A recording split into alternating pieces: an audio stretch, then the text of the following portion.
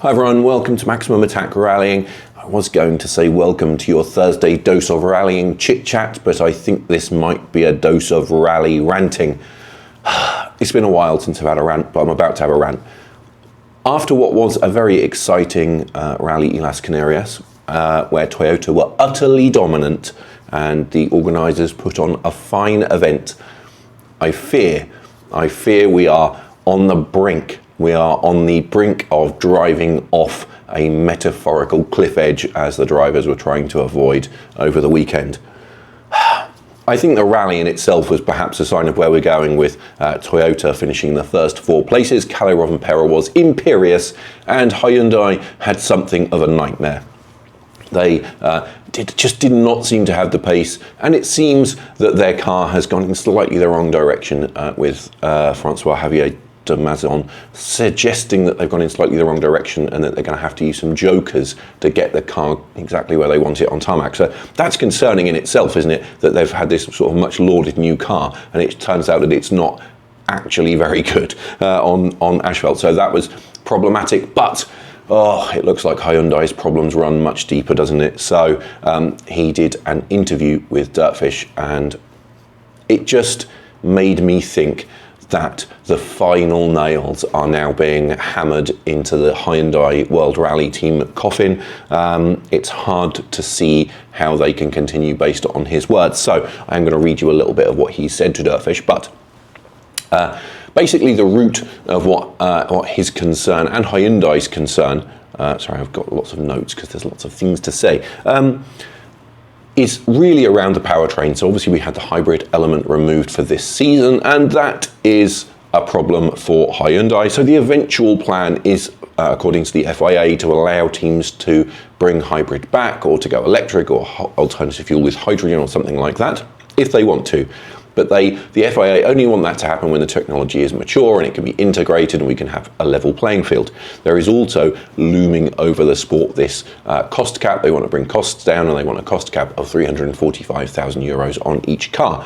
So this is kind of the background. Hyundai are not very happy, it seems. They want the regulations to go further. They want the technology to move faster. So FX de Mazon said the following. We're going to read it to you right now. He said, "We want more technology on the powertrain and even more on the rest of the car, but it needs to be more than just a basic ICE car.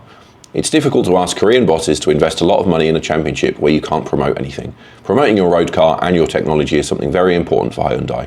We will not make any decision before we know where the WRC is going, so if the FIA believes that it's important to have Hyundai in the boat, they need to change something." Now I kind of see where he's coming from. So if you're a manufacturer, you are in a position where you need to start promoting electrification. You know, legislation is pushing the manufacturers that way, whether you like it or not, whether I like it or not. That is the direction that the industry is going, and that is the message that a lot of manufacturers are starting to push.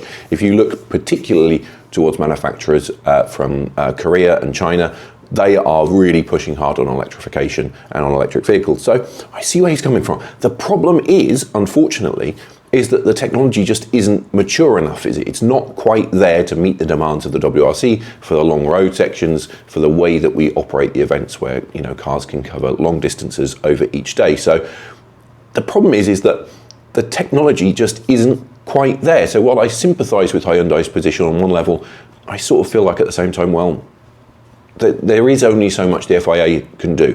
That said, the response from the FIA Chief Technical Officer, Javier Mestelan-Pinon, was concerning, if not surprising. So he said, "First, we have the regulation. It will be pure ICE. At a certain point, we will open the regulation for other kinds of products as it is written in the 2027 regulation, what we call the flexibility.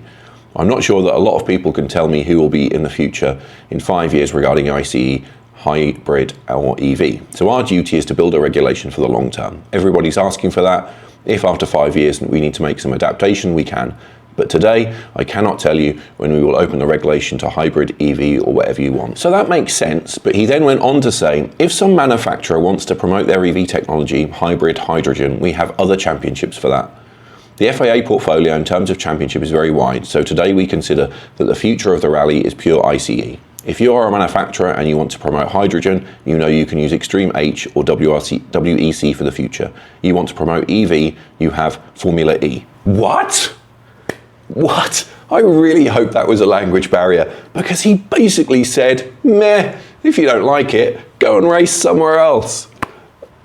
Oh my goodness, that is not exactly in the spirit of collaboration, is it? That is quite a surprising response. It's basically saying, well, off you go. If you're not going to do this, go away. And again, I kind of get it, but you know, and they're both saying how we're talking and we're trying, but we're not in a good place, are we? Are not in a good place. I think it's also worth picking up on another thing that Damazon said in that statement. He talked about you can't ask for Hyundai money if you're not promoting one of their products. And I think this just goes to show, doesn't it, that the regulations are going in such a bizarre direction.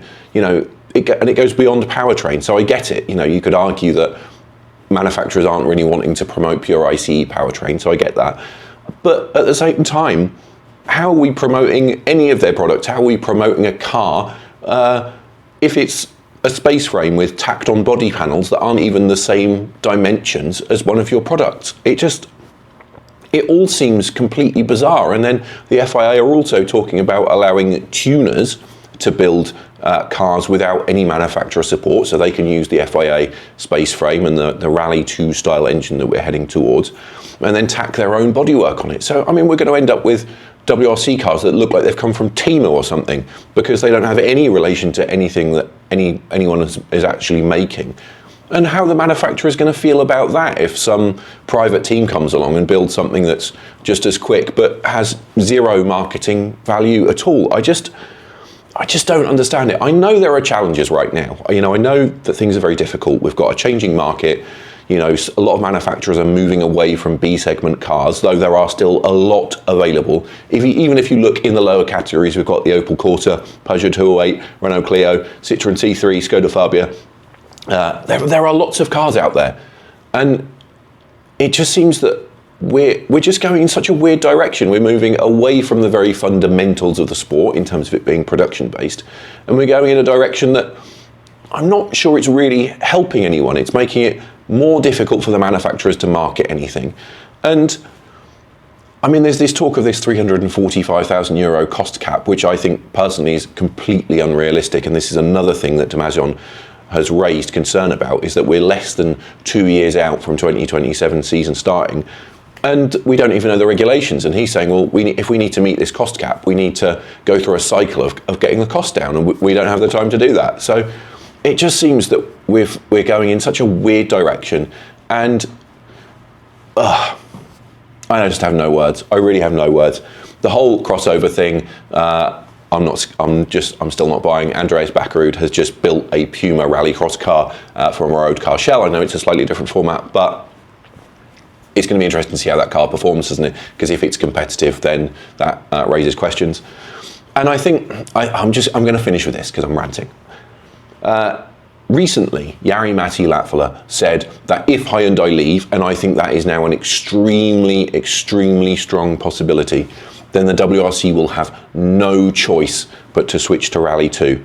And I think that is probably the direction that we are heading. So I am going to end by saying this. Why not make Jari-Matti Latvala the deputy president of the FIA instead of Malcolm Wilson? Because it seems to me that Jari-Matti Latvala is the most sensible one of the lot. See you next time.